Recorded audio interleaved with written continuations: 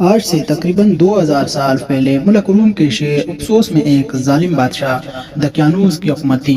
جو شخص بتوں کی پوجا نہ کرتا اسے قتل کروا دیا جاتا۔ ایک دن ایمان والوں کے قتل کا منظر دیکھنے کے لیے چند نوجوان آئے۔ اللہ عز و جل نے ان کی آنکھوں سے پردے ہٹا دیے تو انہوں نے دیکھا کہ جس مومن کو بھی قتل کیا جاتا فرشتے آسمان سے اترتے اور اس کی روح کو اپنے ساتھ لے جاتے۔ یہ ایمان افروز منظر دیکھ کر وہ سب نوجوان ایمان لائے۔ بادشاہ دقیانوس کو سفر پر جاتے ہوئے اس بات کا علم ہوا تو اس نے انہیں 3 دن کی مہلت دی کہ میرے واپس آنے تک ایمان سے پھر جاؤ ورنہ تمہیں قتل کر دیا جائے گا۔ تیسرے دن یہ صاحب ایمان نوجوان کچھ مان لے کر رات کے وقت شہر سے رخصت ہو گئے۔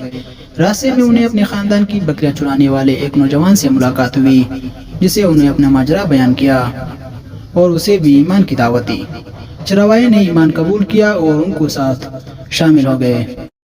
چروائے کی رکھوالی کرنے والا کتا بھی ساتھ چل پڑا۔ یہ سب سفر کرتے کرتے صبح کے وقت شہر سے تقریباً 6 میل دور ایک غار میں پہنچے اور کھانا کھا کر سو گئے۔ یہی وجہ ہے کہ انہیں اصحاب کہف یعنی غار والے کہا جاتا ہے۔ بادشاہ دقیانوس کو سفر سے واپسی پر اس بات کا علم ہوا تو اس نے غار کو بند کر دیا تاکہ یہ لوگ وہاں بھوک اور پیاس کی وجہ سے انتقال کر جائے اور یہی غار ان کی قبر بن جائے۔ اصحاب کہف تقریباً 309 سال تک مکمل سوئے رہے۔ اس دوران کسی بھی آواز کے سبب ایک لمحے کے لیے بیدار نہ ہوئے۔ اس عرصے میں کئی بادشاہ آئے اور گئے یہاں تک کہ ایک نیک دل بادشاہ بہدروس کی حکومت آ گئی۔ اس کے زمانے میں کئی فتنے اٹھے جن میں سے ایک یہ بھی تھا کہ مرنے کے بعد دوبارہ زندہ ہونے اور قیامت آنے کا کچھ لوگ انکار کرنے لگے تھے۔ بہدروس نے حالت دیکھ کر بارگاہ الہی میں فریاد کی، یا اللہ عز و جل کوئی ایسی نشانی فرما جس سے لوگوں کے مرنے کے بعد دوبارہ زندہ ہونے اور قیامت آنے کا یقین ہو۔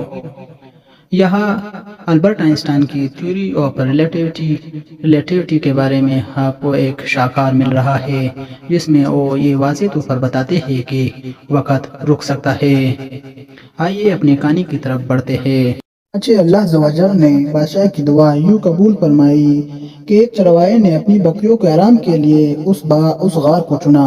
وہ لوگوں کے ساتھ مل کر غار کے منہ پر بنی دیوار کو گرا دیا۔ دیوار گرتے ہی لوگوں پر ایسی ہیبت طاری ہوئی کہ سب لوگ بھاگ کھڑے ہوئے۔ دیوار گرنے کے بعد اصحاب کہف بیدار ہو گئے۔ حالت ایسی تھی جیسے ایک رات سوئے ہو۔ چہرے تر و تازہ اور کپڑے بالکل صاف ستھرے تھے۔ نیز ان کا کتا غار کے کنارے کلایا پلائے لیٹا تھا۔ اصحاب کہف صبح کے وقت سوئے تھے اور جب اٹھے تو سورج ڈوبنے میں کچھ وقت ہی باقی تھا۔ انہوں نے نماز ادا کی اور اپنے ایک ساتھی یملیخا کو کھانا لانے کے لیے بھیجا۔ یملیخا ایک تندور والے کی دکان پر گئے اور کھانا خریدنے کے لیے دقیانوسی دور کا سکہ دیا۔ صدیوں پرانا سکہ دیکھ کر بازار والے سمجھے کہ ان کے ہاتھ کوئی پرانا خزانہ لگا ہے۔ وہ یملیخا کو حاکم کے پاس لے گئے۔ اس نے پوچھا، خزانہ کہاں ہے؟ یملیخا بولے، یہ خزانہ نہیں، ہمارا اپنا پیسہ ہے۔ حاکم کہنے لگا، یہ کیسے ممکن ہے؟ یہ سکہ 300 سال پرانا ہے، ہم نے تو کبھی یہ سکہ نہیں دیکھا۔ یملیخا بولے، دقیانوس بادشاہ کا کیا حال ہے؟ حاکم بولا، آج کل اس نام کا کوئی بادشاہ نہیں ہے، سینکڑوں سال پہلے اس نام کا ایک کافر بادشاہ گزرا ہے۔ یملیخا نے کہا، کل ہی تو دقیانوس سے ہم نے جان بچا کر غار میں چھپے تھے، آئیے میں آپ کو اپنے ساتھیوں سے ملواتا ہوں۔ حاکم اور کئی لوگ غار کی طرف چل پڑے۔ غار میں موجود اصحاب نے جب لوگوں کو اپنی طرف آتے دیکھا تو سمجھے کہ یملیخا پکڑ گئے ہیں اور دقیانوسی فوج انہیں پکڑنے آ رہی ہے۔ یملیخا نے غار میں پہنچ کر ساتھیوں کو سارا ماجرا بیان کیا۔ حاکم نے غار کے کنارے صندوق دیکھا تو اسے کھلوایا۔ اندر سے تختی ملی جس پر اصحاب کہف کا حال لکھا تھا۔ حاکم نے یہ خبر بادشاہ بہدروس تک پہنچائی۔ وہ بھی آ گیا اور اس نے اصحاب کہف کا حال دیکھ کر سجدہ تشکر کیا۔ اللہ عز و جل نے مرنے کے بعد زندہ ہونے اور قیامت کا یقین دلانے کی نشانی کے لیے یہ کچھ انہیں عطا کیا۔ اس کے بعد اصحاب کہف غار میں آ کر سو گئے اور ان کی روح قبض کر لی گئی۔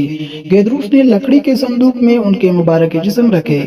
غار کے قریب مسجد تعمیر کرنے کا حکم دیا گیا اور ان لوگوں کے لیے ایک دن مقرر کر دیا کہ ہر سال عید کی طرح وہاں آیا کرے۔ میرے پیارے دوستو، اس واقعے سے آپ نے کیا کچھ سیکھا مجھے کمنٹ میں ضرور بتائیے گا۔